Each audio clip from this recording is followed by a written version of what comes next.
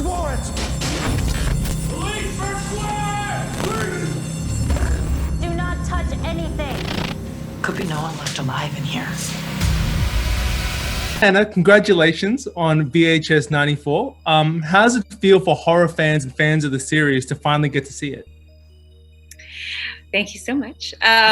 You know, I haven't even seen it, but it seems as though now it premiered at a few festivals, and it seems as though people are super excited for this final installment in the series, and I think people are responding really well to it. So it's really exciting to be part of something. I don't watch horror because I get super scared. So I didn't know a lot about the franchise beforehand. So it's amazing to get to know some of the fans and read about, you know, the cult, you know, following of this thing. I'm very similar, where I like the thrill of horror, but once I'm in it, like when I was watching Storm Drain, I was watching through my fingers, like, do not go further into the drain. I know.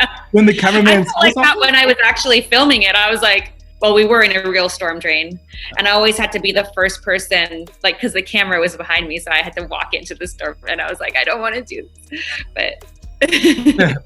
Well, that kind of segues nicely into my next question. Was this like your first time predominantly filming in a storm, in a sewer? Because you have a lot of film credits to your name, but I imagine this was a big first. Yes, I don't think it will come around again at some point. It's a very rare occurrence. So yes, it was my first time. It was very cool. It was very interesting to see, you know, the arteries of the city this way. And really, like, Toronto, apparently these storm drains are very popular for filming. Like, it was filmed in a lot of the storm drains that we were in, and It too as well. So there's a horror sort of following with these storm drains that we shot in. So I thought they were very creepy, but they were very interesting as well. Yeah, that kind of like grit and DIY aesthetic has been a big element of the VHS series. Was there the way that it was kind of filmed, did that change your performance or how you approached it?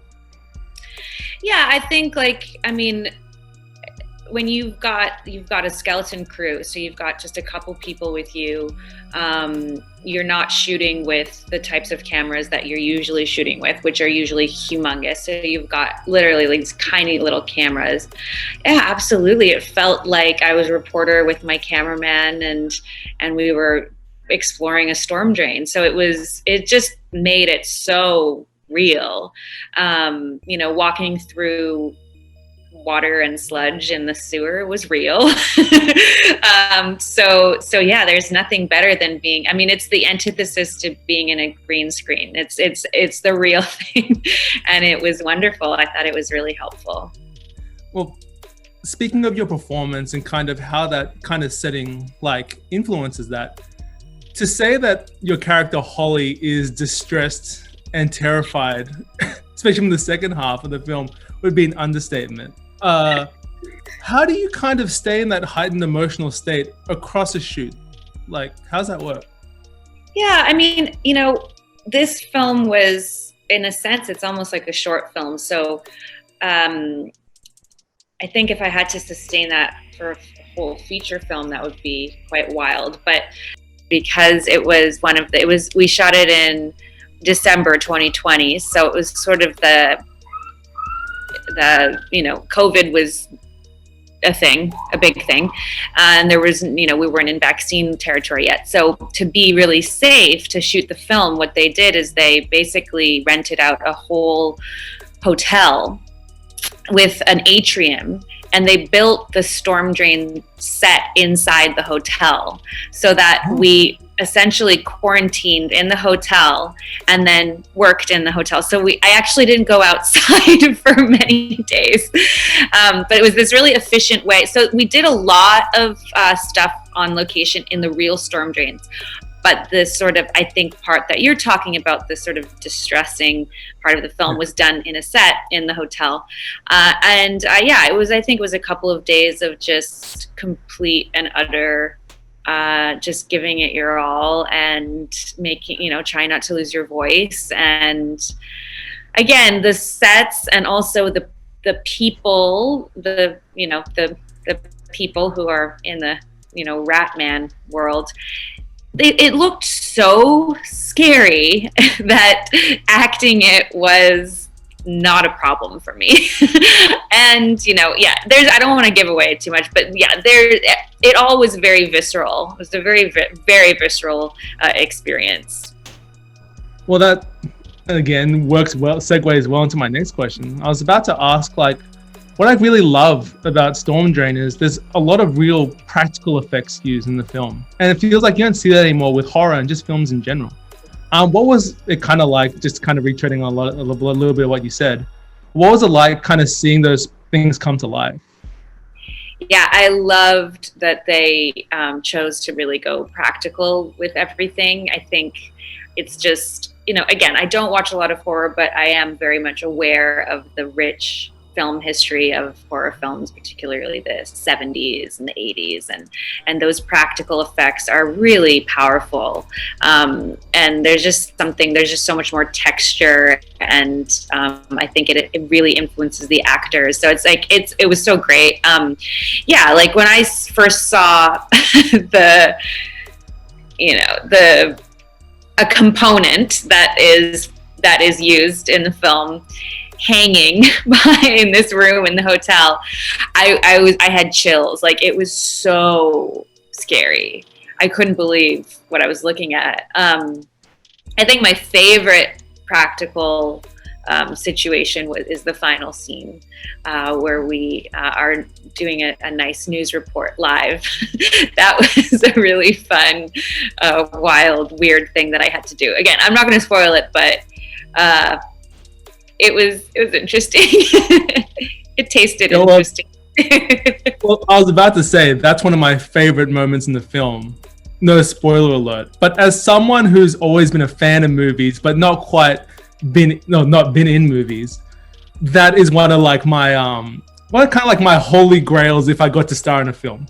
And I watched it, I was like, oh, that's so awesome. Yeah. Yeah, I exactly. When I read the script, when I got to that scene at the end, I was so excited. And I didn't know how we were going to do it, but I just couldn't believe I would get to do that on camera. So definitely a bucket list. Especially how that scene kind of builds. Like, it builds in such an unsettling way, like bit by bit by bit. Like, I guess to go back a little bit, but what was it kind of like working with Chloe Coon, who wrote and directed the film, but she's got a lot of experience in horror shorts? Like, what was that kind of experience? I loved working with Chloe. I'm sad it was actually so short, because I felt like by the end of our shoot, we were like, we could have shot for another like 3 months together. We had just like a really, really nice collaborative relationship, and I think that we're both kind of around the same age. I just remember laughing a lot together, like, so, and really finding cool, interesting stuff in the scenes together, improvising. So yeah, she was an amazing director. And yeah, you can tell that she's got this eye for horror, and she's got this sort of like, this very informed eye on what she wants, and leaning towards those practical effects to create feeling and exactly that sort of that tense. Again, I'm not going to say anything, but I'm jealous that you've seen it. I haven't even seen it, but I just remember that day when we were doing that scene, that the way she was directing it, we were just sort of building this tension that I thought was really cool. So I have nothing but amazing things to say about her. I know she's going to have an incredible career, and it's just getting started. Yeah, I'm looking forward to what she works on next. We're going to take it back to 94. Young Anna back in Montreal. 94, 4, 5, 7. If you could go back in time and kind of visit yourself and kind of give yourself advice and insights on the career that you've had looking forward, what would you kind of say to your younger self? outside of the initial shock of the situation. Yeah. Yeah, aside of being like, are you me from the future? I would say, it's I feel like my parents gave me such good advice for this career already that I feel like I already got it. But I would just tell her to just keep your interest broad, like live life to the fullest, and acting is wonderful and film industry is wonderful, but it's not everything, and that's important in life. So because we can get so tunnel vision about our industry and what we're doing, and sometimes we can focus a little too much on that audition the next day, and we don't spend time with family and stuff like that. So I would say find the balance, 7-year-old. Yeah. I think that's such a great message, especially especially in the last 2 years ish of COVID. I think a lot of people kind of reprioritized things like that. So I think that's really great. Yeah. So kind of very last question. Do you have a message for your Australian fans and fans ready to be scared out of their minds like I was last night watching the screener? Well, first of all, love you guys in Australia. I've never been and I want to visit so badly. If you're willing to just watch it with somebody, I guess, don't watch it alone. That's all I can say. Well, like me with a big pillow. Yeah, or just block your eyes the whole time. And if you have like a pet mouse or pet hamster or something, like leave them in another room. Like we don't want to see any rodents while you're watching this movie.